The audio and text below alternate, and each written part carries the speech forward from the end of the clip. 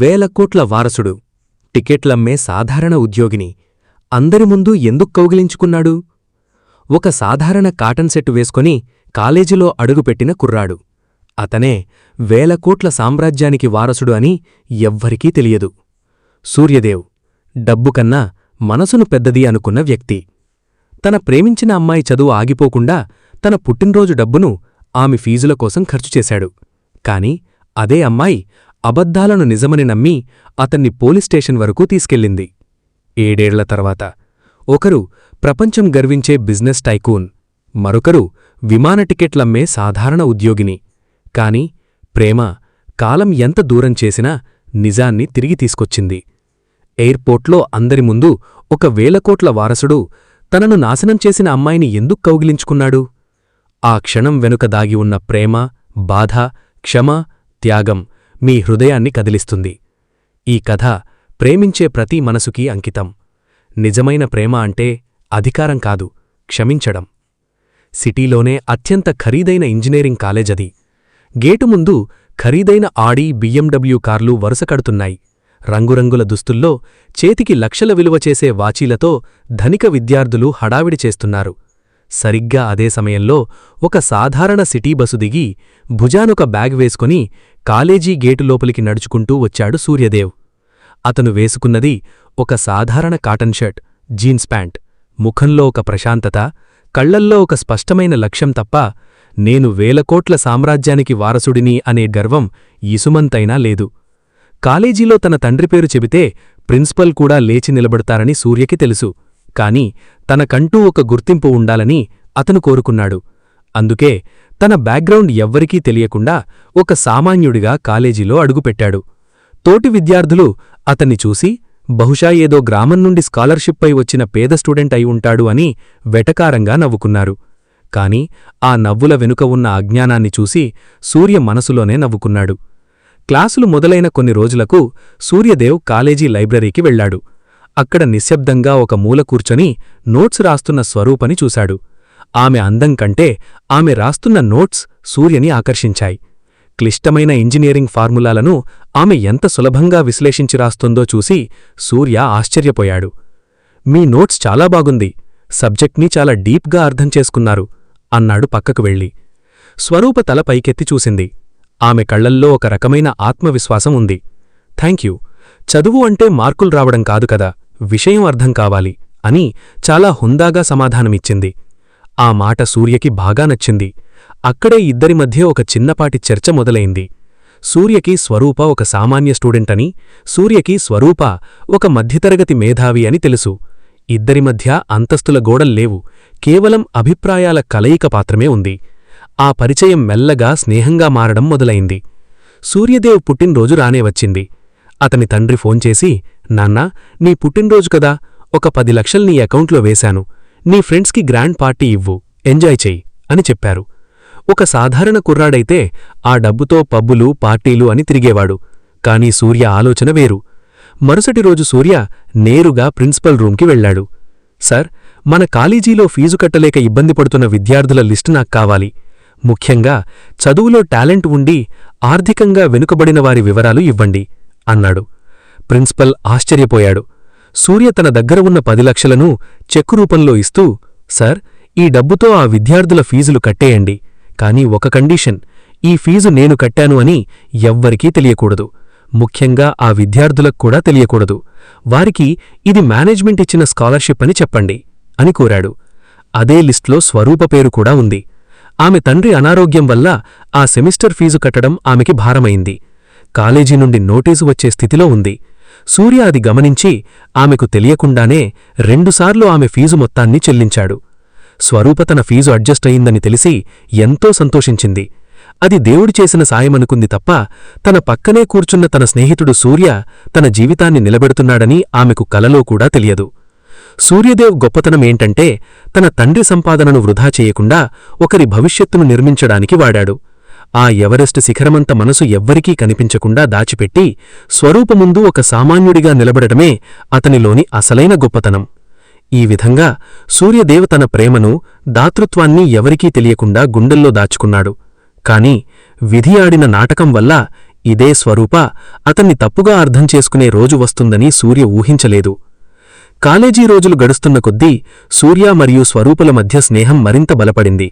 సూర్య ఆడంబరాలకు దూరంగా ఉండటం, తోటి విద్యార్థుల పట్ల చూపించే గౌరవం స్వరూపని ఆకర్షించాయి. ఒకరోజు కాలేజీ బయట ఒక ముసలావిడ రోడ్డు దాటలేక ఇబ్బంది పడుతుంటే సూర్య వెనుకాముందు ఆలోచించకుండా వెళ్లి ఆమె చెయ్యి పట్టుకుని రోడ్డు దాటించి ఆమెకు భోజనం కొనిపెడతాడు. దూరం నుండి ఇది గమనిస్తున్న స్వరూపకి సూర్యమీద చెప్పలేనంత గౌరవం పెరిగింది. ఈ రోజుల్లో ఇంత ధనమున్నవాళ్లకే గర్వమెక్కువ, కాని ఈయనకి ఏమీ లేకపోయినా ఇంత పెద్ద మనసు ఎందుకుందేంటి అని ఆశ్చర్యపోయేది. ఆ గౌరవమే మెల్లగా ఆమెలో ప్రేమగా మారింది. సూర్యకి స్వరూప అంటే కేవలం ఇష్టం కాదు, ఒక ఆరాధన. తను క్లాస్లో ఆమెను చూస్తూ ఉండిపోయేవాడు. ఆమె నవ్వితే తన ప్రపంచమే వెలిగిపోయినట్లు ఫీలయ్యేవాడు. తన డైరీలో ఇలా రాసుకున్నాడు: నా సామ్రాజ్యం విలువ 1000 కోట్లు ఉండొచ్చు, కాని నీ చిరునవ్వు విలువ నా ప్రాణం కంటే ఎక్కువ స్వరూపా. ఆమెకు ఏ చిన్న కష్టం వచ్చినా తట్టుకోలేకపోయేవాడు. సంజన అదే కాలేజీలో మరో రిచ్ స్టూడెంట్. ఒకరోజు పొరపాటున సూర్యకి తండ్రి ఫోన్ చేసినప్పుడు తన తండ్రి సూర్యతో మాట్లాడుతున్న ఫోటోను సంజన చూస్తుంది. సూర్య ఎవరో కాదు, దేశంలోనే అతిపెద్ద బిజినెస్ టైకోన్ సూర్యదేవ్ సీనియర్ కొడుకని ఆమెకు అర్థమవుతుంది. అంత డబ్బున్నవాడు ఇంత సింపుల్గా ఉండటమేంటి? వీడు నావాడైతే నా రేంజ్ మారిపోతుంది అని సంజన సూర్యని దక్కించుకోవాలని డిసైడ్ అవుతుంది. కాని సూర్య ఎప్పుడూ స్వరూప వెంటే ఉండటం, ఆమెతో నవ్వుతో మాట్లాడ్డం సంజన చూసి తట్టుకోలేకపోతుంది. ఒక పేద అమ్మాయికి 1000 కోట్ల వారసుడు దక్కడమేంటి? వాడు నాకే దక్కాలి అనే అహంకారం ఆమెలో అసూయను పెంచుతుంది. సంజన డైరెక్ట్గా సూర్య దగ్గరకు వెళ్లదు, ముందుగా స్వరూపకి క్లోజ్ అవుతుంది. స్వరూప ఫ్రెండ్స్ గ్యాంగ్లో తానూ ఒకరిగా చేరుతుంది. స్వరూపకి తెలియకుండా ఆమె వెనుక గోతులు తవ్వడం మొదలుపెడుతుంది. సూర్య పట్ల స్వరూపకి ఉన్న ప్రేమను ద్వేషంగా ఎలా మార్చాలో అని పథకాలు వేస్తుంది. సూర్యదేవు పుట్టినరోజున చేసిన సాయం స్వరూపకి తెలియదు, కాని సంజన ఆ విషయాన్ని తెలుసుకుంటుంది. ఆ సాయాన్ని కూడా సూర్యకి వ్యతిరేకంగా ఎలా వాడాలో సంజన తన స్వార్థబుద్ధితో ఆలోచిస్తుంది. సంజన నేరుగా సూర్యని ఏమీ అనకుండా స్వరూప చుట్టూ ఉన్న స్వార్థ స్నేహితులను తన డబ్బుతో కొనేస్తుంది. ఒకరోజు అందరూ కలిసి క్యాంటీన్లో కూర్చున్నప్పుడు కావాలనే సూర్య గురించి టాపిక్ తీస్తారు. స్వరూప, నువ్వు చాలా అమాయకురాలివి. ఈ సూర్యగాడు సాదాసీదాగా కనిపిస్తున్నాడు కాని వీడు కాలేజీలోనే అతిపెద్ద ప్లేబాయ్. వీడికి 1000 కోట్లు ఉన్నాయి. ఆ డబ్బు చూపిస్తూ ఇప్పటికే ఎంతమంది అమ్మాయిల జీవితాలతో ఆడుకున్నాడో నీకు తెలుసా అని ఒక స్నేహితుడంటాడు. సంజన వెంటనే అందుకొని, అవును స్వరూప, వీడొక సామాన్య స్టూడెంట్ అని. సూర్యకి స్వరూప ఒక మధ్యతరగతి మేధావి అని తెలుసు. ఇద్దరి మధ్య అంతస్తుల గోడల్లేవు, కేవలం అభిప్రాయాల కలయిక మాత్రమే ఉంది. ఆ పరిచయం మెల్లగా స్నేహంగా మారడం మొదలైంది. సూర్యదేవ్ పుట్టినరోజు రానే వచ్చింది. అతని తండ్రి ఫోన్ చేసి, నాన్నా, నీ పుట్టినరోజు కదా, ఒక 10 లక్షలు నీ అకౌంట్లో వేశాను. నీ ఫ్రెండ్స్కి గ్రాండ్ పార్టీ ఇవ్వు, ఎంజాయ్ చెయ్యి అని చెప్పారు. ఒక సాధారణ కుర్రాడైతే ఆ డబ్బుతో పబ్బులు, పార్టీలు అని తిరిగేవాడు. కాని సూర్య ఆలోచన వేరు. మరుసటి రోజు సూర్య నేరుగా ప్రిన్సిపల్ రూంకి వెళ్లాడు. సార్, మన కాలేజీలో ఫీజు కట్టలేక ఇబ్బంది పడుతున్న విద్యార్థుల లిస్టు నాకు కావాలి. ముఖ్యంగా చదువులో టాలెంట్ ఉండి ఆర్థికంగా వెనుకబడిన వారి వివరాలు ఇవ్వండి అన్నాడు. ప్రిన్సిపల్ ఆశ్చర్యపోయాడు. సూర్య తన దగ్గర ఉన్న 10 లక్షలను చెక్కు రూపంలో ఇస్తూ, సార్, ఈ డబ్బుతో ఆ విద్యార్థుల ఫీజులు కట్టేయండి. కాని ఒక కండిషన్, ఈ ఫీజు నేను కట్టాను అని ఎవ్వరికీ తెలియకూడదు. ముఖ్యంగా ఆ విద్యార్థులకు కూడా తెలియకూడదు. వారికి ఇది మేనేజ్మెంట్ ఇచ్చిన స్కాలర్షిప్ అని చెప్పండి అని కోరాడు. అదే లిస్టులో స్వరూప పేరు కూడా ఉంది. ఆమె తండ్రి అనారోగ్యం వల్ల ఆ సెమిస్టర్ ఫీజు కట్టడం ఆమెకి భారమైంది. కాలేజీ నుండి నోటీసు వచ్చే స్థితిలో ఉంది. సూర్య అది గమనించి ఆమెకు తెలియకుండానే 2 సార్లు ఆమె ఫీజు మొత్తాన్ని చెల్లించాడు. స్వరూప తన ఫీజు అడ్జస్ట్ అయిందని తెలిసి ఎంతో సంతోషించింది.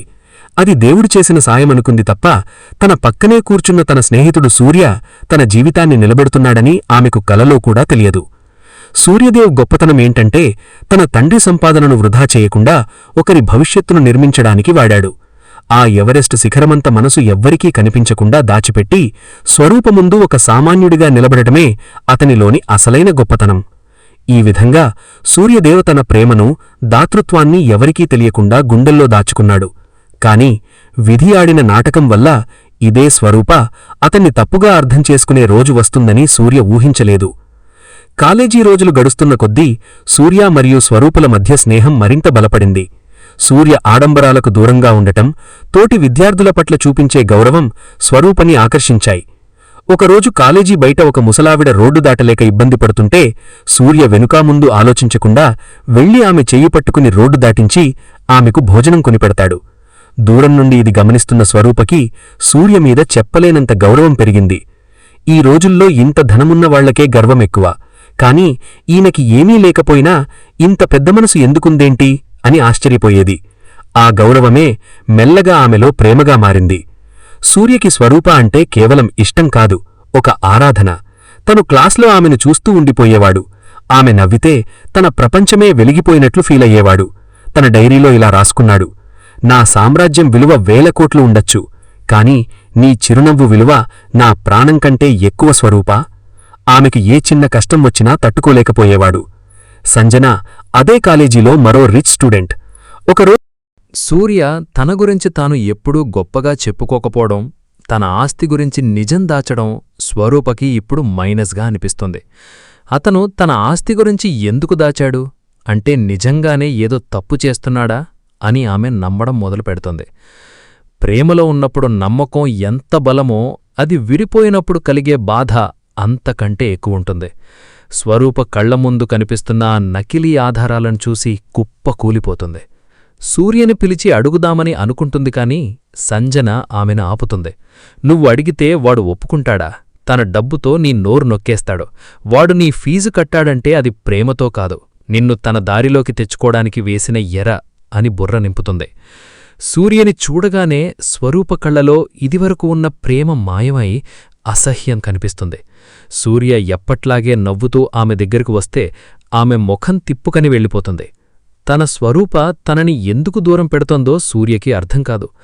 ఆమె మనసులో విషం నిండిందని తెలియక నేనేదైనా తప్పు చేశానా అని తనని తాను ప్రశ్నించుకుంటాడు. నిన్ను ప్రేమించినంతగా నేను ఎవ్వరినీ ప్రేమించలేదు స్వరూప, కాని నువ్వు నాపై చూపుతున్న ఈ మౌనం నన్ను ముక్కలు చేస్తోంది అని సూర్య తన డైరీలో ఆవేదనతో రాసుకుంటాడు. స్వరూప మనసులో పెరిగిన ఈ ద్వేషం చివరకు సూర్యని పోలీసులకు పట్టించే స్థాయికి వెడుతుంది. తన ప్రాణం కంటే ఎక్కువగా ప్రేమించిన అమ్మాయే తనను దోషిగా నిలబెట్టినప్పుడు సూర్య గుండె ఎలా స్పందించింది? స్వరూప కుటుంబ పరిస్థితి అప్పట్లో చాలా దయనీయంగా ఉంది. తండ్రి అనారోగ్యం వల్ల ఫీజు కట్టడం అసాధ్యమైంది. కాలేజీ నుండి ఫీజు కట్టకపోతే ఎగ్జామ్స్కి అనుమతించము అని నోటీసు రావడంతో స్వరూప కళ్లలో నీళ్లు తిరిగాయి. ఆ రాత్రంతా ఆమె నిద్రపోలేదు. మరుసటి రోజు భయం భయంగా ప్రిన్సిపల్ రూంకి వెళ్లిన స్వరూపకి ఒక షాకింగ్ న్యూస్ తెలిసింది. నీ ఫీజు ఎవరో కట్టేశారు స్వరూప, నీకు మేనేజ్మెంట్ స్కాలర్షిప్ మంజూరైంది అని ప్రిన్సిపల్ చెప్పారు. ఆ మాట వినగానే స్వరూప ఆనందానికి అవధులు లేవు. అది దేవుడే పంపిన సాయం అనుకుంది. తన చదువు ఆగిపోలేదని ఎంతో సంతోషించింది. దూరంగా నిలబడి ఇదంతా చూస్తున్న సూర్యముఖంలో ఒక చిన్న చిరునవ్వు. నీ కళ్లలో కన్నీళ్లు రాకూడదు స్వరూప, ఆ కన్నీళ్లు తుడిచే అవకాశం నాకివ్వకపోయినా పర్వాలేదు, కాని నువ్వు బాధపడకూడదు అని మనసులో అనుకున్నాడు. తన తండ్రి పంపిన బర్త్డే గిఫ్ట్ మనీని ఇలా వాడడం అతనికి ఎంతో తృప్తినిచ్చింది. కాని ఈ రహస్యం స్వరూపకి తెలియకపోవడమే ఈ కథలో పెద్ద ట్రాజెడీ. సూర్యపై స్వరూపకున్న కాస్తో కూస్తో గౌరవాన్ని కూడా తుడిచేయాలని సంజన ఒక ప్రమాదకరమైన ప్లాన్ వేసింది. సూర్య మంచితనాన్ని అతనికి వ్యతిరేకంగా వాడుకోవాలని నిర్ణయించుకుంది. సంజన సూర్యకి ఫోన్ చేసి, సూర్య, స్వరూప ఒక హోటల్ రూంలో చిక్కుకుపోయింది. కొంతమంది రౌడీలు ఆమెను ఇబ్బంది పెడుతున్నారు, త్వరగా రా అని కంగారుగా అబద్ధం చెబుతుంది. స్వరూప ఆపదలో ఉండంటే సూర్య ప్రాణం ఆగదు. ఏమీ ఆలోచించకుండా సంజన చెప్పిన హోటల్ రూంకి పరుగులేస్తాడు. సూర్య అక్కడికి వెళ్లేసరికి అక్కడ స్వరూప ఉండదు. బదులుగా సంజన ఏర్పాటు చేసిన ఒక అమ్మాయి సూర్యని గట్టిగా పట్టుకొని కేకలు వేయడం మొదలుపెడుతుంది. సరిగ్గా అదే సమయానికి సంజన స్వరూపని తీసుకుని అక్కడికి వస్తుంది. లోపల జరుగుతున్న సీన్ చూసి స్వరూప ప్రపంచం ఒక్కసారిగా ఆగిపోయింది. సూర్య ఒక అమ్మాయితో తప్పుగా ప్రవర్తిస్తున్నాడని ఆమె నమ్మింది. సంజన ఆమె పక్కనే ఉండి, చూశావా స్వరూప, వీడి అసలు రంగు ఇది, నీ ముందు మంచివాడిలా నటిస్తూ ఇక్కడ ఇలాంటి పనులు చేస్తున్నాడు అని విషం చిమ్ముతుంది. సూర్య ఎంత వివరించాలని చూసినా స్వరూప వినదు. ఛీ, నిన్ను ప్రేమించినందుకు నాకు అసహ్యంగా ఉంది, డబ్బుంటే ఏదైనా చెయ్యొచ్చా అని అరుస్తూ అక్కడి నుంచి వేడుస్తూ వెళ్ళిపోతుంది. స్వరూప, నువ్వు ఆపదలో ఉన్నావంటే నా ప్రాణం పణంగా పెట్టి వచ్చాను. కాని నువ్వు నన్నొక కామాంధుడిగా చూస్తావని అనుకోలేదు. నిన్ను ప్రేమించినంతగా నేను ఎవ్వరినీ ప్రేమించలేదు. అందుకే నువ్విచ్చిన ఈ బాధను మరెవ్వరూ ఇవ్వలేరు. హోటల్ రూంలో సంజన ఆడిన కపట నాటకాన్ని చూసిన స్వరూపం మనసు గాయపడింది. ఆమె కళ్ల ముందు చూసిన దృశ్యం, చెప్పుడు మాటలు ఆమె మెదడును పూర్తిగా ఆక్రమించేశాయి. నేనితన్లో ఒక మంచి మనిషిని చూశాను, కాని ఇతనింతటి నీచాతి నీచమైన ప్రవర్తన గలవాడా అని స్వరూప కుమిలిపోయింది. సూర్య ముఖం చూడడానికి కూడా ఆమె అసహ్యించుకుంది. సంజన ఆమె పక్కనే ఉండి, చూశావా స్వరూప, ఇప్పటికైనా నమ్ము, వీడు కేవలం డబ్బు మదంతో విర్రవీగుతున్నాడు. నువ్వు గనక ఊరుకుంటే రేపు మరో అమ్మాయి బలైపోతుంది. వీడికి బుద్ధి చెప్పాల్సిందే అని ఆమెను రెచ్చగొట్టింది. స్వరూప ఆవేశంలో తన వివక్షణను కోల్పోయింది. సంజన మరియు ఆమె స్వార్థ స్నేహితుల ప్రోద్బలంతో స్వరూప నేరుగా పోలీస్ స్టేషన్కి వెళ్ళింది. కన్నీళ్లు పెట్టుకుంటూ సూర్యదేవ్పై ఫిర్యాదు చేసింది. సార్, ఇతను సూర్యదేవ్ డబ్బున్నన్న అహంకారంతో నన్ను వేధిస్తున్నాడు. నా వెనకపడి నన్ను లొంగదీసుకోవాలని చూస్తున్నాడు. అది చాలక ఇతర అమ్మాయిల జీవితాలతో ఆడుతున్నాడు. 100 మంది అమ్మాయిలు ఇతని వల్ల బలైపోయారు అని ఫిర్యాదులో పేర్కొంది. పోలీసులు కాలేజీకి వచ్చి అందరి ముందు సూర్యను అరెస్ట్ చేశారు. కాలేజీ మొత్తం నివ్వెరపోయింది. సూర్య ఒక నేరస్థుడిలా తల దించుకుని నడుస్తుంటే స్వరూప అతని వైపు నిప్పులు చెరిగే కళ్లతో చూసింది. సూర్యకి తను చేస్తున్న సాయం గురించి ఒక్క మాట చెబితే సరిపోతుంది, కాని నా ప్రేమను నిరూపించుకోవడానికి నేను చేసిన సాయం గురించి చెప్పడం నా వ్యక్తిత్వానికి విరుద్ధం అని మౌనంగా ఉండిపోయాడు. పోలీస్ స్టేషన్లో స్వరూప ఎదురుగా నిలబడినప్పుడు సూర్య కళ్లలో కన్నీళ్లు ధారగా కారుతున్నాయి. అతను పోలీసులకు భయపడలేదు, తనపై పడ్డ నిందకు బాధపడలేదు. కాని స్వరూప తనను నమ్మలేదు అనే నిజం అతన్ని చంపేస్తోంది. ఎందుకు స్వరూప, లోకం అంతా నన్ను తప్పుగా అనుకున్నా పర్వాలేదు, కాని ఒక్క క్షణం నా కళ్లల్లో చూసి ఆలోచించలేకపోయావా? నేనలాంటి వాడినేనా అని గొంతు వణుకుతుండగా అడిగాడు. స్వరూప కోపంతో, ఛీ, నీ ముఖం చూడడమే పాపం. నీ దగ్గర డబ్బుండొచ్చు, కాని నీ దగ్గర క్యారెక్టర్ లేదు సూర్యదేవ్. నిన్ను జైలుకు పంపిస్తేనే లోకానికి మేలు అని కసిగా అంది. సూర్య హృదయం ముక్కలైపోయింది. అతను మౌనంగా ఇలా అనుకున్నాడు. నిన్ను ప్రేమించినంతగా నేను ఈ ప్రపంచంలో ఎవ్వరినీ ప్రేమించలేదు స్వరూప. అందుకే నువ్విచ్చిన ఈ బాధను మరెవ్వరూ ఇవ్వలేరు. నిన్ను ప్రాణం కంటే ఎక్కువగా ప్రేమించిన పాపానికి నా ప్రేమనే నువ్వు వెకిలిగా చూస్తున్నావు. నీ కళ్లలో నేను దోషిగా మిగిలిపోవడమే నా జీవితంలో అతి పెద్ద ఓటమి. సూర్యదేవ్ జైలు గదిలో ఒక మూల కూర్చొని స్వరూప అన్న మాటలను తలుచుకుంటూ శూన్యంలోకి చూస్తున్నాడు. తన తండ్రి కష్టాన్ని గౌరవించి ఎప్పుడూ తన అధికారాన్ని వాడని సూర్య ఈరోజు అదే తండ్రి పేరు వల్ల వచ్చిన నిందను మోయాల్సి వచ్చింది. వార్త తెలియగానే సూర్యదేవ్ తండ్రి అంటే సీనియర్ సూర్యదేవ్ పోలీస్ స్టేషన్కి చేరుకున్నారు. తన కొడుకు ఎంతటి సంస్కారియో ఆయనకు తెలుసు. సూర్యని ఆ కటకటాల వెనక చూసి ఆయన గుండె తరుక్కుపోయింది. ఆయన ఒక్క ఫోన్ కాల్తో ఉన్నతాధికారులు కదిలారు. సూర్యపై ఉన్నవన్నీ తప్పుడు ఆరోపణలని, ఒక కుట్రలో భాగంగానే అతన్ని ఇరికించారని ప్రాథమిక విచారణలో తేలింది. సాక్ష్యాలు లేకపోవడంతో సూర్యను విడుదల చేశారు. స్టేషన్ నుండి బయటకు రాగానే సూర్య తండ్రి కాళ్లకు తలవంచి ఏడ్చాడు. నాన్నా, నేను ఏ తప్పు చేయలేదు నాన్నా, కాని నాకు ఆమె నమ్మలేదు అని వెక్కి వెక్కి ఏడ్చాడు.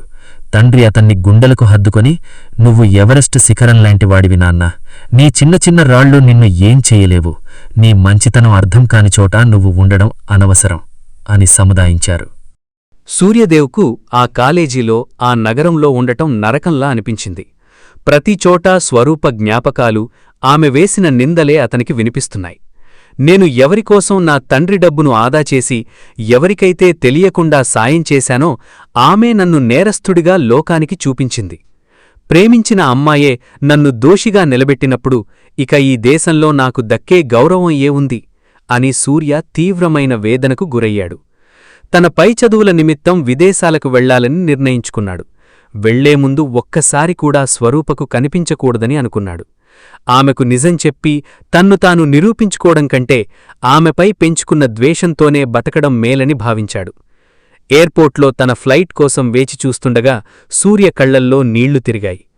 నిన్ను ప్రేమించినంతగా నేను ఎవరినీ ప్రేమించలేదు స్వరూప, కాని నువ్విచ్చిన ఈ బాధ నా జీవితాంతం ఒక మాయని మచ్చలా మిగిలిపోతుంది. మళ్ళీ ఏ రోజైనా మనం కలిస్తే నాడు నేను నీకు సాయం చేసిన సూర్యగా కాకుండా నువ్వు గర్వపడే స్థాయికి ఎదిగిన సూర్యదేవుగా నీ ముందు నిలబడతాను అని మనసులో ప్రతిజ్ఞ చేసుకుని విమానమెక్కాడు. 7 ఏళ్లు గడిచాయి. అప్పటి సామాన్య సూర్య ఇప్పుడు ప్రపంచం గర్వించే స్థాయిలో సూర్యదేవ్ ఇండస్ట్రీస్ అధినేతగా ఎదిగాడు. లండన్, న్యూయార్క్ నగరాల్లో అతని బిజినెస్ సామ్రాజ్యం విస్తరించింది. ఖరీదైన సూట్లు, కోట్లాది రూపాయల కార్లు, 100 మంది సెక్యూరిటీ. ఇప్పుడు సూర్య ఒక్క మాట చెబితే షేర్ మార్కెట్ వణికిపోతుంది. ఇంతటి వైభవం ఉన్నా సూర్య మనసులో ప్రశాంతత లేదు. స్వరూప తనపై మోపిన నింద, ఆ పోలీస్ స్టేషన్ అవమానం అతన్ని ఇప్పటికీ వెంటాడుతూనే ఉన్నాయి. నువ్విచ్చిన ఆ ఒక్క బాధ ముందు ఈ 1000 కోట్ల ఆస్తి కూడా నాకు చిన్నదే స్వరూపా అని రోజూ రాత్రి తన డైరీతో చెప్పుకుంటూ ఉంటాడు. అతనిప్పటికీ అజ్ఞాతంగా 1000 మంది విద్యార్థులకి సాయం చేస్తూనే ఉన్నాడు. మరోవైపు స్వరూప జీవితం ఆమె అనుకున్నంత సులభంగా సాగలేదు. ఇంజనీరింగ్ గోల్డ్ మెడల్తో పూర్తి చేసిన తండ్రి మరణం మరియు కుటుంబ బాధ్యతలు ఆమెను కుంగదీశాయి. పెద్ద సాఫ్ట్వేర్ కంపెనీలో ఉండాల్సిన స్వరూప ఇంటి అవసరాల కోసం హైదరాబాద్ ఎయిర్పోర్ట్లో టికెట్ కౌంటర్లో ఉద్యోగంలో చేరింది.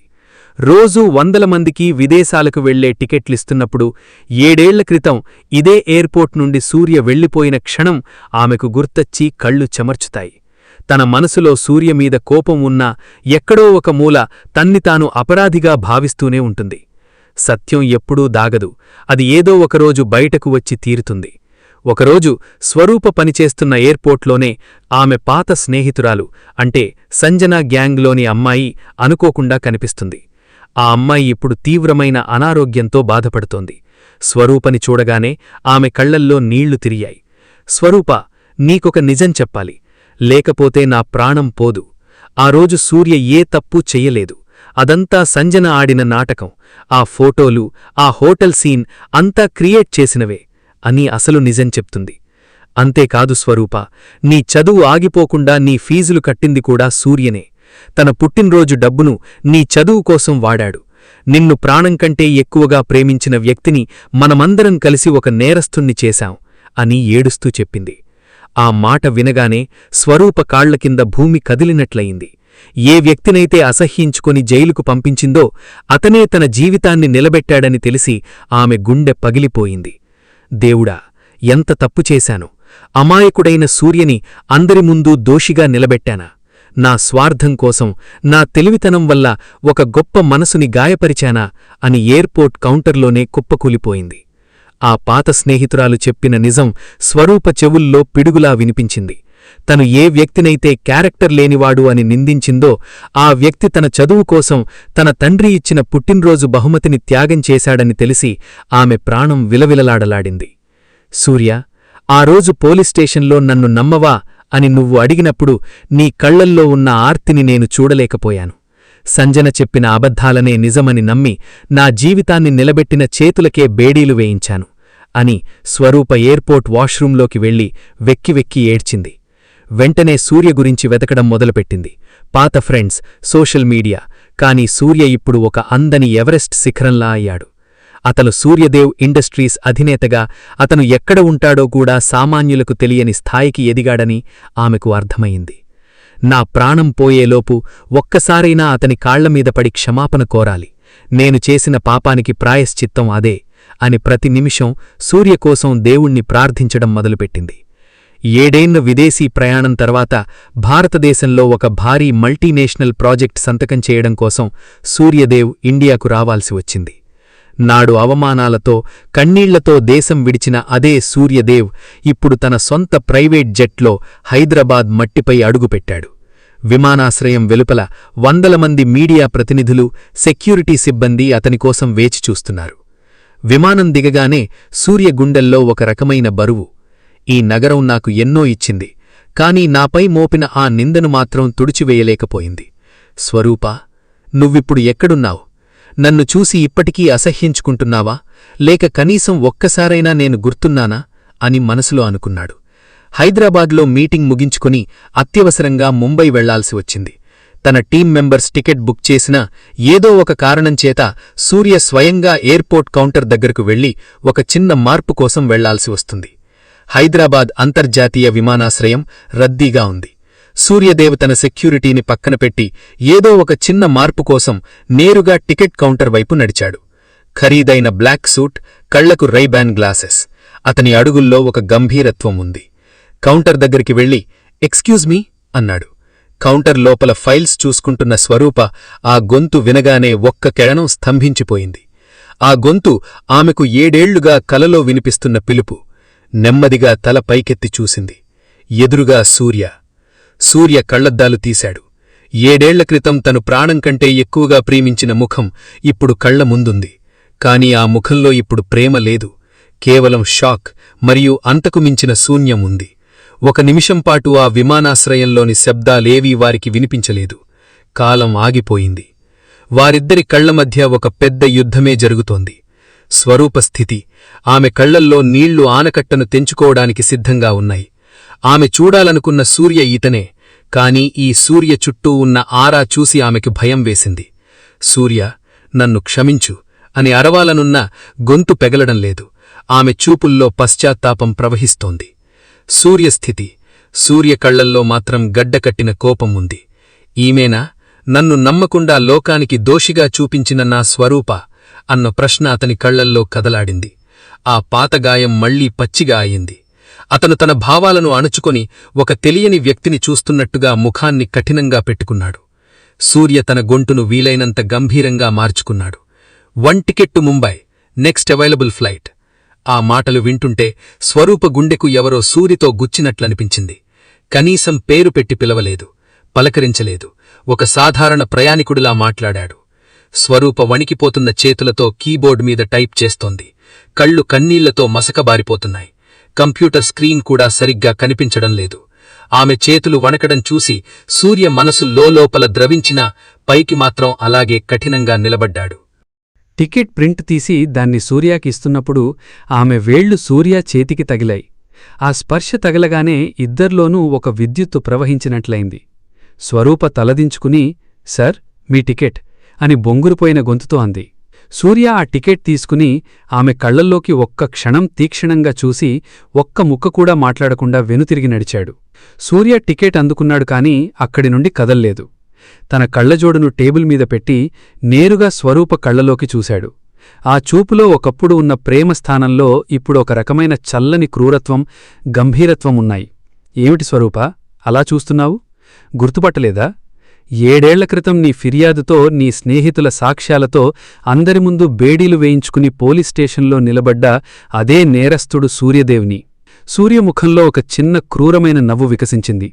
నాడు నన్ను నేరస్తుడిగా నిలబెట్టి నా క్యారెక్టర్ని ఖూను చేశావు. కాని చూడు, కాలం ఎంత విచిత్రమైనదో. నేడు నీ జీవితం గడవడానికి నేను కొనే ఈ విమాన టికెటు డబ్బే నీకు ఆధారం.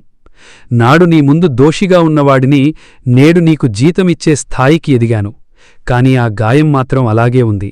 ఆ మాటలు వింటుంటే స్వరూపకి ఊపిరి ఆగిపోయినట్లనిపించింది. సూర్య గొంతులో ఉన్న ఆ వేదన, తనపై ఉన్న అసహ్యం ఆమెను నిలువునా దహించేస్తున్నాయి. స్వరూప కళ్ళు కన్నీళ్లతో నిండిపోయాయి. ఆమె చేతులు వణుకుతున్నాయి, పెదవులు తడారుతున్నాయి. సూర్య దగ్గర తను నిర్దోషినని చెప్పుకోవడానికి ఆమె దగ్గర ఏ ఆధారమూ లేదు, కేవలం పశ్చాత్తాపం తప్ప. సూర్య, నా వల్ల జరిగిన తప్పుకు నేను ఏ శిక్ష అనుభవించినా తక్కువే. నీ ముందు తలెత్తుకుని నిలబడే అర్హత కూడా నాకు లేదు. ఆ రోజు నిన్ను పోలీస్ స్టేషన్లో నిలబెట్టినప్పుడు నా ప్రాణం కూడా పోయింది సూర్య అని వెక్కి వెక్కి ఏడ్చింది. నన్ను క్షమించమని అడిగే హక్కు కూడా నాకు లేదు, ఎందుకంటే నేను చేసిన తప్పు క్షమించరానిది. కాని ఒక్కటి మాత్రం నిజం సూర్య, నీవు నాకు చేసిన సాయం గురించి తెలిసాక ప్రతిరోజూ నరకం అనుభవిస్తున్నాను. నిన్ను కాదనుకుని నేను ఏ రోజూ సంతోషంగా లేను అని మోకాళ్లమీద కూలబడిపోయింది. సూర్య ఆమె కన్నీళ్లను చూసి ఒక్క క్షణం చలించాడు. అతని గుండెల్లో ఉన్న పాత సూర్య మళ్లీ మేల్కున్నాడు. కాని తను అనుభవించిన అవమానం అతన్ని కఠినంగా ఉండమని హెచ్చరిస్తోంది. కన్నీళ్లతో పాపాలు తుడిచిపెట్టుకుపో స్వరూపా, నేను వెళుతున్నాను, బొంబాయికి కాదు, మళ్లీ నీకు ఎప్పటికీ కనిపించని లోకానికి అంటూ విసవిసగా బోర్డింగ్ పాయింట్ వైపు నడిచాడు. సూర్యదేవ్ వెనుతిరిగి వెళ్లిపోయాడు. కాని అతను కూర్చున్న సీటు పక్కన ఒక పాత, నలిగిపోయిన లెదర్ డైరీ ఉండిపోయింది. అది అతను 7 ఏళ్లుగా తన గుండెకు హత్తుకుని దాచుకున్న అతని ఆత్మకథ. కౌంటర్ దగ్గరున్న స్వరూప సూర్య వెళ్లిన దిశవైపు చూస్తూ కన్నీళ్లు తుడుచుకుంటుండగా ఆ డైరీని గమనించింది. అది సూర్యదేవిదే అని ఆమెకు అర్థమైంది. దాన్ని అతనికి తిరిగి ఇచ్చేయాలని ఆమె కౌంటర్ దాటి బయటకు వచ్చింది. కాని ఒక్క క్షణం ఆగి ఆ డైరీని తెరిచింది. అందులో మొదటి పేజీలోనే ఆమె ఫోటో ఉంది. దాని కింద సూర్య చేతిరాతతో ఇలా రాసి ఉంది: నా సామ్రాజ్యం నీ పాదాల దగ్గర చిన్నది స్వరూప. నువ్వు నన్ను ద్వేషించినా నేను నిన్ను ప్రేమిస్తూనే ఉంటాను. స్వరూప ఒక్కో పేజీ తిరగేస్తుంటే ఆమె గుండెవేగం పెరిగింది. అందులో ఉన్న ప్రతి అక్షరం సూర్య నిస్వార్థానికి నిదర్శనం. ఈరోజు స్వరూప సెకండ్ సెమిస్టర్ ఫీజు కట్టాను. ప్రిన్సిపల్ గారికి చెప్పాను, నా పేరు బయటకి రాకూడదని. తను హ్యాపీగా ఉంటే నాకు చాలు.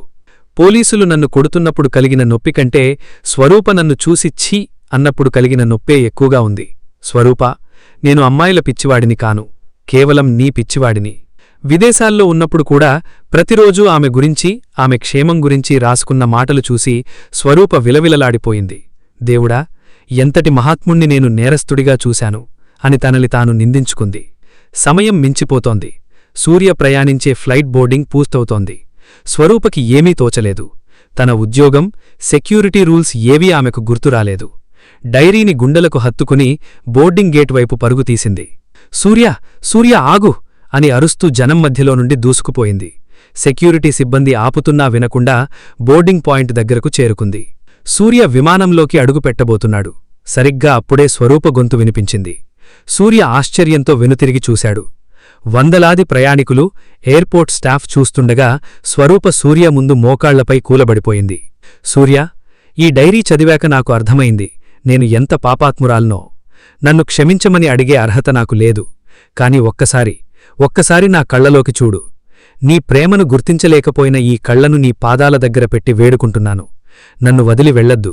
సూర్యా, నీవు లేని ఈ లోకం నాకు వద్దు. ఎయిర్పోర్ట్ మొత్తం నిశ్శబ్దమైపోయింది. అందరూ ఆశ్చర్యంతో ఆ దృశ్యాన్ని చూస్తున్నారు. కింద మోకాళ్లపై ఉండి ప్రాధేయపడుతున్న స్వరూపను చూసి సూర్యదేవ్ కళ్లల్లో గాఢమైన వేదన మెరిసింది. ఆమె చేతిలో ఉన్న ఆ పాద డైరీ సూర్య మనస్సులోని గడ్డకట్టిన కోపాన్ని ఒక్క క్షణంలో కరిగించేసింది. సూర్య నిదానంగా వంగి స్వరూప భుజాలమీద చేతులు వేసి ఆమెను లేవనెత్తాడు. ఆమె కళ్లల్లోకి చూస్తూ భారమైన గొంతుతో ఇలా అన్నాడు: సూర్య, నిన్ను ప్రేమించినంతగా నేను ఈ ప్రపంచంలో ఎవ్వర్నీ ప్రేమించలేదు స్వరూప. అందుకే నువ్వు నాకిచ్చిన బాధను కూడా మరెవ్వరూ ఇవ్వలేకపోయారు. నా కళ్లముందు నా వేలకోట్ల సామ్రాజ్యం కాలిబూడిదైలా నేను ఇంతలా బాధపడేవాణ్ణి కాదేమో. కాని నా ఆస్తి కంటే మిన్నగా నేను భావించిన నా క్యారెక్టర్ను నువ్వు శంకించినప్పుడు, నా మీద నీకున్న నమ్మకం పోయిందని తెలిసినప్పుడు నిజంగా చచ్చిపోవాలనిపించింది. ఆ 7 ఏళ్లు నేను గడిపిన ప్రతి క్షణం ఒక నరకం. ఆ మాటలు వింటుంటే స్వరూపగుండె కరిగి నీరైపోయింది. సూర్య గొప్పతనం ముందు తను ఎంత అల్పమైనదో ఆమెకు అర్థమైంది. సూర్యదేవ్ తన చేత్తో స్వరూప కన్నీళ్లను తుడిచాడు. అతని కళ్లల్లో ఇప్పుడు ద్వేషం లేదు, కేవలం అనంతమైన ప్రేమ మాత్రమే ఉంది. తనని అపార్థం చేసుకుని పోలీసులకు పట్టించి జీవితాన్ని నాశనం చేసినా కూడా ఆమెను క్షమించేంతటి విశాల హృదయం అతనిది. నీ తప్పులేదు స్వరూపా. మన మధ్య ఉన్న ప్రేమ ఎంత బలమైనదో పరీక్షించడానికి కాలమాడిన నాటకమిది. కొన్ని అబద్ధాలు నిజంలా కనిపించవచ్చు, కాని నిజమైన ప్రేమ ఎప్పటికీ ఓడిపోదు అని అంటూ ఆమెను ఆత్మీయంగా దగ్గరకు తీసుకున్నాడు. 1000 కోట్ల వారసుడు, విమాన టికెట్లు అమ్మే ఒక సాధారణ ఉద్యోగిని అందరి ముందు హత్తుకోవడం చూసి విమానాశ్రయం చప్పట్లతో మారుమోగిపోయింది. అంతస్తుల అంతరాలు, గతించిన గాయాలు ఆ ప్రేమ ముందు తలవంచాయి. ఎవరెస్ట్ శిఖరం ఎంత ఎత్తులో ఉన్నా అది మంచును ఎలా భరిస్తుందో సూర్యదేవ్ కూడా తన వ్యక్తిత్వాన్ని అంత ఎత్తులో ఉంచుకుని స్వరూప ఇచ్చిన బాధను భరించి చివరకు క్షమించడమే నిజమైన ప్రేమ అని నిరూపించాడు. మనిషి హోదాను బట్టి కాకుండా మనస్సును బట్టి ప్రేమించాలి. క్షమించే గుణం ఉన్నచోటే ప్రేమ శాశ్వతంగా వర్ధిల్లుతుంది.